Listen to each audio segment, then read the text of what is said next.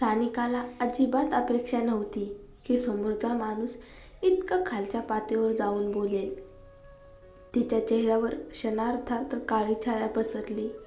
ती पुढे जाऊन त्याला जाब विचारणारच होती, पण त्याआधीच काव्याच्या ओठावर हलकंसं हसू उमटलं. ती शांत पण धारदार आवाजात म्हणाली, जर तुम्हाला खरंच असंच वाटत असेल तर मग तुमच्या कंपनीत जास्त महिला डिझायनर्स भरती करून पहा ना. आम्ही सगळ्या महिला डिझायनर्सच्या वतीनं तुमचे मनापासून आभार मानू इच्छितो. आजच्या काळात महिलांसाठी काम करणं सोपं नाही. नेहमी काही अहंकारी पुरुष भेटतात ज्यांना वाटतं की स्त्रिया कमी आहेत. आणि गंमत म्हणजे आम्ही जिंकलो तरी ते आपली चूक मानत नाहीत. उलट म्हणतात तुमचं सौंदर्य जास्त आहे म्हणून जिंकलात. खरं तर तुम्ही स्वतःकडे पाहायला हवं. थोडं सिगारेट ओढणं कमी करा. कदाचित बिडिंग ऑफिसमध्ये लोक तुमच्याकडे जास्त लक्ष देतील. काव्याच्या या शब्दांनी आसपास उभ्या असलेल्या अनेकांचे चेहरे फिके पडले. चेतकचा चेहरा रागानं लाल झाला. तो जवळ येऊन काव्याचं कॉलर पकडणार एवढ्यात चेतक मागून एक थंड अधिकारपूर्ण आवाज आला. चेतक थबकला, मागे वळून पाहिलं आणि क्षणभर गोंधळून गेला. Second young master. विवेक पुढे आला. त्याच्या नजरेत स्पष्ट नाराजी होती. तू बिडिंगसाठी आलायस ना, मग इथे उभा राहून तमाशा का करतोयस? चेतक गडबडला. नाही, मी तर निघणारच होतो. काव्याने थेट विवेककडे पाहून विचारलं, तू इथे काय करतोयस? विवेक हलका हसला. हा माझ्या आईकडचा दूरचा नातलग आहे. जुना रंगेल आहे. याच्यापासून लांब राहा. काव्या शांतपणे म्हणाली, काळजी करू नकोस. मला तो हात लावायची हिंमत करणार नाही. आणि केलीस तर नुकसान त्याचंच होईल. विवेकने मान हलवली. एवढी कडक का होतेस? स्त्री असताना कधी कधी कमकुवत राहणंही गरजेचं असतं. तो आतल्या दिशेने पाहत म्हणाला, हीच ना ती फिल्म अँड टेलिव्हिजन सिटीची योजना. पाटील समूहाने ती हातात घेतली आहे. मी फक्त इंडस्ट्रीमधला माणूस म्हणून काही सल्ले द्यायला आलोय. बाकी सगळं फक्त औपचारिक आहे. काव्याने समजूतदारपणे मान हलवली. कधी मोकळा होशील? नंतर जेवायला जाऊया. काही तास लागतील. तू बिझी नसतील ना? मी काय एवढा बिझी असतो. मी वाट पाहीन. विवेक हसत म्हणाला. काव्य आणि सानिका पुढे गेल्यावर विवेकचा मॅनेजर कुजबुजला. आज तू जरा जास्तच फेकतोयस. तुझं मत विचारायला होतं का कुणी? अर्थ स्पष्ट होता. इंडस्ट्रीत फक्त काही महिने झालेत आणि मत? विवेक थंड आवाजात म्हणाला, गप्प बस. बाकीचं सगळं शेड्यूल पुढे ढकल. मला आज जेवायचं आहे. मॅनेजरने उसासा टाकला. काही बोलला नाही. संध्याकाळी 8 वाजता काम संपलं. बाहेर येताना काव्याने पाहिलं, विवेक अजूनही थांबलेला होता. तुला भूक लागत नाही का अजून? इथेच का? काव्याने विचारलं. विवेक हसला. मी कलाकार आहे. उपाशी राहणं आमच्यासाठी नॉर्मल आहे. चल जेवायला. बाहेर जाताना विवेकने विचारलं, आपली बीड जिंकायची शक्यता आहे का? नक्कीच आहे. काव्याने आत्मविश्वासानं उत्तर दिलं. हो ना सानिकाने मान हलवली. हो, बिडिंग टीमचा प्रमुख आपल्यात रस घेतोय असं वाटतं. विवेक थोडा गंभीर झाला. एक गोष्ट सांगतो, हा प्रोजेक्ट ग्रीन ट्रस्टकडे आहे आणि सध्या तिथला प्रमुख आहे मनोहर पाटील. त्याला जेसिकावर फार प्रेम आहे. तुझं तिच्याशी काही वाकडं असेल तर? काव्य खांदे उडवत म्हणाली. तो एवढा मोठा CEO आहे. संपूर्ण पाटील समूह सांभाळतो.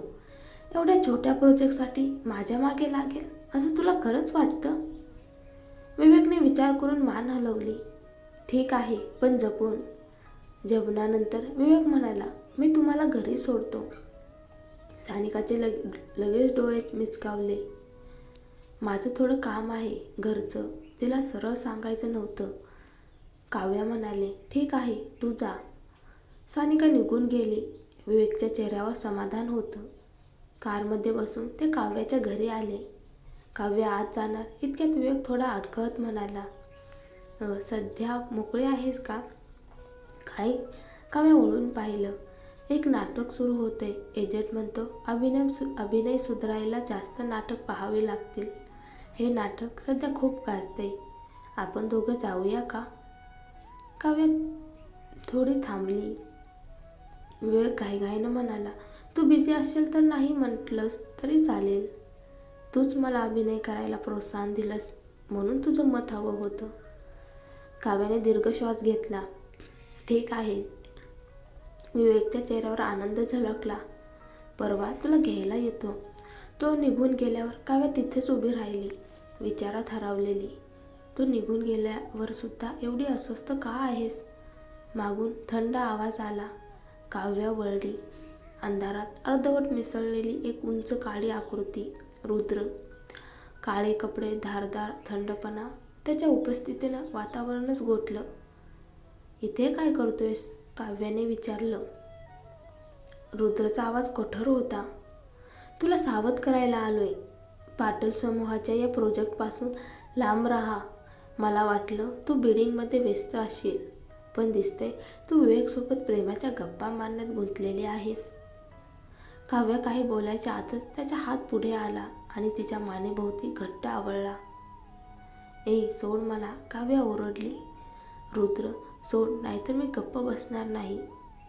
विवेक गायकवाडपासून लांब राहा. रुद्र दात खाऊन म्हणाला, मी कोणाशी मैत्री करायची हे तुझं काम नाही. काव्या संतापली. इतर कुणी चालेल पण विवेक नाही. त्या शब्दांनी काव्याच्या छातीत काहीतरी टोचलं. का? तो तुझा भाऊ आहे म्हणून? लोक काय म्हणतील म्हणून? ती उपासानं हसली. तो माझा भाऊ नाही, रुद्र थंडपणे म्हणाला. त्याची पकड अजून घट्ट झाली. मग तुला अजिबात अधिकार नाही, काव्या ठामपणे म्हणाली. रुद्र, मी त्याच्यासोबत राहणार आहे. तू मला थांबवू शकत नाहीस. तू क्षणभरात धाड. काव्याने पूर्ण ताकदीने त्याच्या मांडीवर लाथ मारली. तिचा पाय अगदी अचूक ठिकाणी बसणारच होता, पण श्वासाची एक क्षणाची कमतरता पडली आणि ती चुकली. हे माफक पण नव्हतं. ती मुद्दाम सौम्य वागली नव्हती. उलट रागाने तिच्या संपूर्ण शरीरात आग पेटली होती. काव्या, तुला इतकं धाडस कसं झालं? रुद्रचा आवाज कडक, थंड, पण त्यातही दुखावलेला अहंकार स्पष्ट जाणवत होता. काव्या जोरात मागे सरकली. क्षणभर त्याच्या पकडीतून सुटताच तिने मानेला हात लावला. तिथे अजूनही त्याच्या बोटाचा दाब जळजळ करत होता. डोळ्यात पाणी, पण ते अश्रू नव्हते, तो अपमान होता. ती रुद्रकडे रोखून पाहू लागली. डोळ्यात राग, शब्दात जळजळ. विवेक. ती थांबली, एक दीर्घ श्वास घेतला आणि पुढे म्हणाली, विवेक हा तुझ्यापेक्षा कितीतरी पटीने चांगला माणूस आहे. तो स्त्रियांना कमी लेखत नाही. तू अहंकारी, हुकुमशहा आणि बायकांचा आदर न करणारा आहेस. मला त्याच्यासोबत राहायचं आहे. आणि लक्षात ठेव, तू जितका मला अडवण्याचा प्रयत्न करशील मी तितकीच दूर जाणार. तिने उपहासाने ओठ वाकडे केले आणि मागे वळून ती निघून गेली. तिच्या पाठमोऱ्या आकृतीकडे पाहत रुद्रने दात आवळले. ठीक आहे काव्या, मग पाहूया तू त्याच्यासोबत किती दूर जाऊ शकतेस. तोही तिथून निघून गेला, पण त्याच्या छातीत मात्र एक वेगळीच आग पेटली होती. घरी पोचल्यावर काव्या पलंगावर बसली, डोकं धरून. रुद्रचे शब्द पुन्हा पुन्हा कानात घुमत होता. पाटील समूहाचा प्रोजेक्ट हाताळू नकोस का? त्याला काहीतरी सांगायचं होतं, पण भांडणात ते अर्धवटच राहिलं. आता तिला त्याला विचारण्याचीही हिंमत नव्हती की तो स्वतःच यातून बाहेर पडू इच्छितोय, की फक्त मला पाहायचं नकोय म्हणून. असं काहीच मनात चालू असतानाच काव्याच्या डोळ्यावर झोपेने दापा घेतला. दुसऱ्या दिवशी पाटील समूहाने निविदेचा निकाल जाहीर केला. साऊथ वेस्ट कन्स्ट्रक्शन आणि उड्डाण आर्किटेक्चर दोन्ही कंपन्या निवडल्या गेल्या होत्या, पण सहकार्य फक्त एकाशीच होणार होतं.